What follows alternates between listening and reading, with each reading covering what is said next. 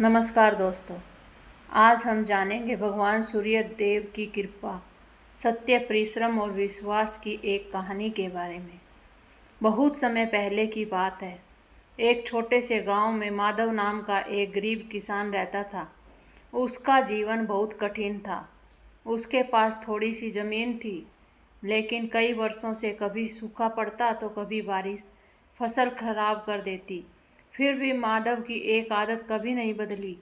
वह रोज़ सूर्योदय से पहले उठता, स्नान करता, पूर्व दिशा की ओर मुख करके भगवान सूर्य देव को जल अर्पित करता और हाथ जोड़कर कहता, हे सूर्य नारायण, आप संसार को प्रकाश और जीवन देते हैं। मुझे भी सत्य के मार्ग पर चलने की शक्ति दीजिए। गांव के कुछ लोग उसका मजाक उड़ाते थे। कहते थे, जल चढ़ाने से खेत नहीं भरते, मेहनत करनी पड़ती है। माधव मुस्कुराकर जवाब देता था, मैं मेहनत भी करता हूँ और भगवान का आशीर्वाद भी मांगता हूँ।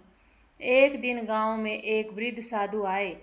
उन्होंने देखा कि पूरे गांव में केवल माधव ही श्रद्धा से सूर्य देव की पूजा करता है। साधु ने उससे पूछा, यदि भगवान तुम्हारी परीक्षा ले और सब कुछ छीन ले, तब भी क्या तुम्हारा विश्वास बना रहेगा? माधव ने बिना रुके कहा, जो हर दिन बिना रुके उगते हैं, वे हमें यही सिखाते हैं कि कठिनाई कितनी भी बड़ी हो, अपना कर्तव्य कभी नहीं छोड़ना चाहिए। इसलिए मेरा विश्वास कभी नहीं डगमगाएगा। साधु मुस्कुराया। उन्होंने कहा, समय आने पर तुम्हारे विश्वास का फल अवश्य मिलेगा। कुछ ही दिनों बाद भयंकर सूखा पड़ गया। गांव के तालाब सूख गए, खेतों में दरारें पड़ गई और लोग निराश हो गए।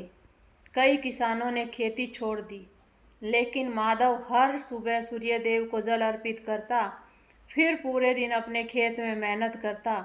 लोग उसे पागल कहते थे।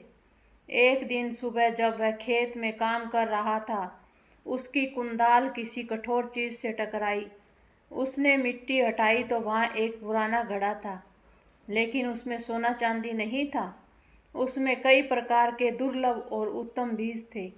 साथ ही एक तांबे की पट्टिका रखी थी, जिस पर लिखा था, जो व्यक्ति श्रद्धा, सत्य और परिश्रम का साथ नहीं छोड़ता, वही प्रकृति के सच्चे खजाने का अधिकारी होता है। माधव ने उन बीजों को संभाल कर बोया। कुछ ही दिनों बाद हल्की वर्षा हुई। जहाँ बाकी खेत सूखे थे, वहीं माधव के खेत में हरियाली छा गई। उसकी फसल पूरे गांव में सबसे अच्छी हुई। लोग आश्चर्यचकित रह गए। गांव वालों ने पूछा, तुम्हारे साथ ऐसा चमत्कार कैसे हुआ?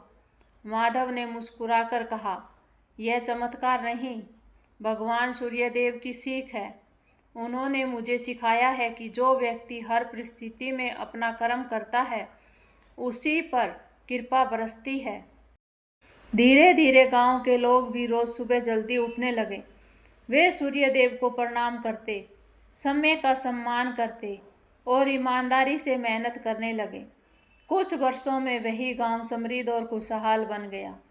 एक दिन वही वृद्ध साधु फिर गांव में आए।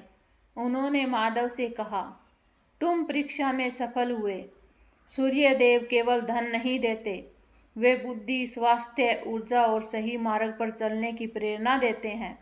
माधव ने विनम्र होकर उत्तर दिया, यदि मेरे जीवन से किसी को प्रेरणा मिले, तो यही मेरे लिए सबसे बड़ा पुरस्कार है। उस दिन से गांव में एक परंपरा शुरू हुई। हर सुबह लोग उगते हुए सूरज को प्रणाम करते और बच्चों को यह शिक्षा देते, सूर्य देव की पूजा केवल जल चढ़ाना नहीं है, बल्कि समय का सम्मान करना, सत्य बोलना, परिश्रम करना और कभी हार न मानना ही उनकी सच्ची आराधना है।